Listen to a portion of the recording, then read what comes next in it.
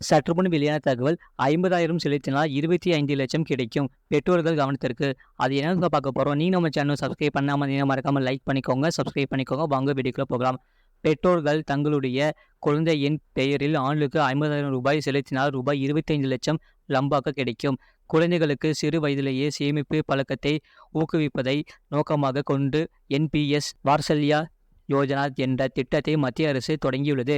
மத்திய நிதியமைச்சர் நிர்மலா சீதாராமன் இந்த தேசிய ஓய்வூதிய முறை வாத்சல்யா திட்டத்தை தொடங்கி வைத்துள்ளார். இந்த புதுமையான ஓய்வூதிய திட்டம் குழந்தைகளுக்காகவே பிரத்யேகமாக வடிவமைக்கப்பட்டுள்ளது. இந்த இந்திய ஓய்வூதிய நிதி ஒழுங்குமுறை ஆணையத்தால் ஒழுங்குபடுத்தப்பட்டு நிர்வகிக்கப்படும் இந்த புதுமையான சேமிப்பு ஓய்வூதிய திட்டம் பல தலைமுறைகளாக நிதி திட்டமிடலையும் நிதி பாதுகாப்பையும் மேம்படுத்தப்படுவதற்கான அரசின் முயற்சியாகும். என்பிஎஸ் வாத்சல்யா திட்டம் குழந்தைகளின் எதிர்காலத்தை பாதுகாப்பதை நோக்கமாக கொண்டுள்ளது மட்டுமல்லாமல் சிறு வயதிலேயே சேமிப்பு கலாச்சாரத்தை வளர்ப்பதன் முக்கியத்துவத்தையும் எடுத்து காட்டுகிறது. இந்த திட்டத்தின்படி ஒரு குழந்தை பிறக்கும் போதே அந்த குழந்தையின் பெயரில் ஆண்டுக்கு 50,000 செலுத்தினால் அந்த குழந்தைக்கு 18 வயதாகும் போது ரூபாய் 25 லட்சம் கிடைக்கும். அதே வேளையில் அந்த குழந்தை தனது பருவ வயதை எட்டி தாமாக வருவாய் ஈட்டத் தொடங்கும் போது தாமே இந்த தொகையை செலுத்தினால் அவருடைய ஓய்வு வயதின் போது 60 வயது ரூபாய் 12.5 கோடி வரை கிடைக்கும்.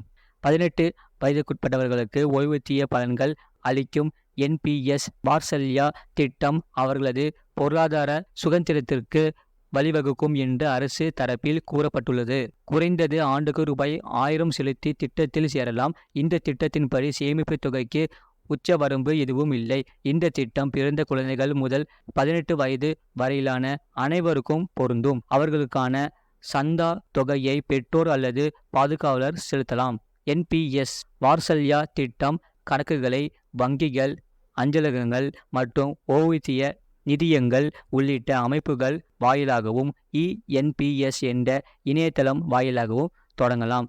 பாதுகாவலரின் ஆதார், ஓட்டுநர் உரிமம், பாஸ்போர்ட், வாக்காளர் அடையாள அட்டை, மகாத்மா காந்தி தேசிய ஊரக வேலை உறுதி திட்ட அடையாள அட்டை, தேசிய மக்கள் தொகை பதிவோடு போன்றவற்றை இருப்பிடத்திற்காக ஆதாரமாக காட்டலாம். பாதுகாவலரின் வருமான வரி நிரந்தர கணக்கு எண் அல்லது படிவம் 60 படி உறுதிமொழி அளித்தும் கணக்கு தொடங்கலாம். கணக்கு தொடங்கப்படும் குழந்தையின் வயது சான்றாக பிறப்பு சான்றிதழ், பள்ளி மாற்று சான்றிதழ் போன்றவற்றையும் அடையாளமாக பயன்படுத்தலாம் என தெரிவிக்கப்பட்டுள்ளது.